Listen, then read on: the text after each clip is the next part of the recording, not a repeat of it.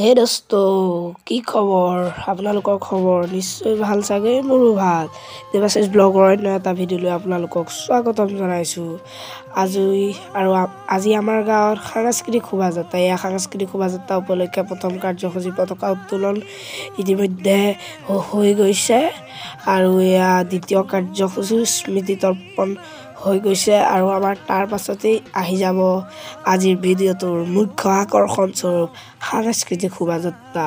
দোস্ত, এয়া ধুনীয়াকৈ আমিবোৰ ৰেডি। এয়া গাঁৱৰ সকলো ৰাইজ গোপিনী আই মাতৃ সকলো ৰেডি। কণ কণ ল'ৰা ছোৱালী যুৱক যুৱতী সকলো ৰেডি আৰু খন্তেক পিছতেই যাত্ৰা সাংস্কৃতিক শোভাযাত্ৰাৰ আৰম্ভ হ'ব।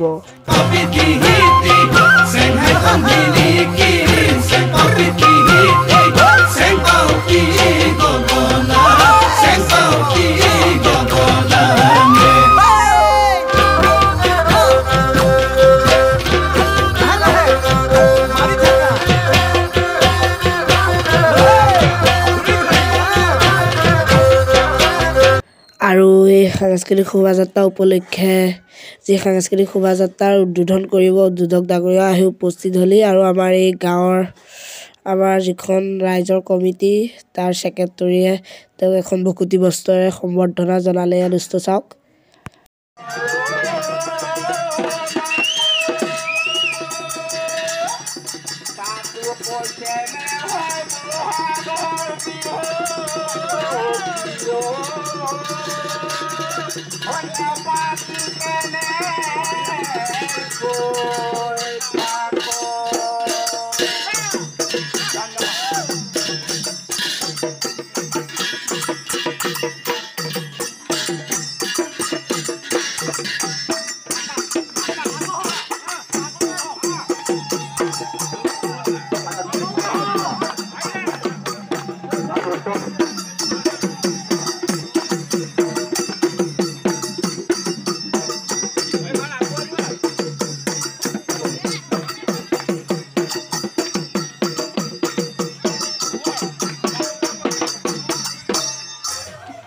আৰু এনেদৰেই ঢোলৰ চাপৰত উদ্বোধক মহোদয়ে এটা বিহুগীত জুৰি আমাৰ এই সাংস্কৃতিক শোভাযাত্ৰাৰ ভাগ উদ্বোধন কৰি দিলে আৰু এতিয়া এয়া সাংস্কৃতিক শোভাযাত্ৰা আৰম্ভ হৈ গ'ল।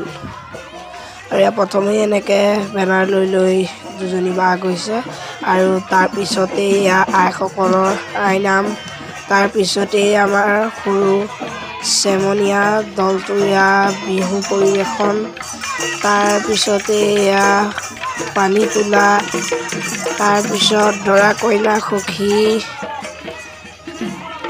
তাৰপিছত এয়া কনকলতা দেখিব পাইছে। কনকলতা হাতত বান্ধি লৈ গৈ আছে আৰু তাৰ পাছত এয়া গাঁৱৰ মহিলাসকলৰ জেং বিহু পৰিৱেশন আৰু এনেদৰে এই সাংস্কৃতিক শোভাযাত্ৰা ভাগত বিভিন্ন ধৰণৰ কাৰ্যসূচী হাতত লৈছে আৰু এই সাংস্কৃতিক শোভাযাত্ৰা ভাগ দেখি বৰ সুন্দৰ লাগিছে, ইমান ধুনীয়া লাগিছে। গাঁওখনত এনেকৈ দুই এটা অনুষ্ঠান হৈ থাকিলেও ধৰি লওক ভাল লাগে নহয় জানো। বিহুতি আহিয়ে যাব গৈ কেতিয়া হবি মোৰ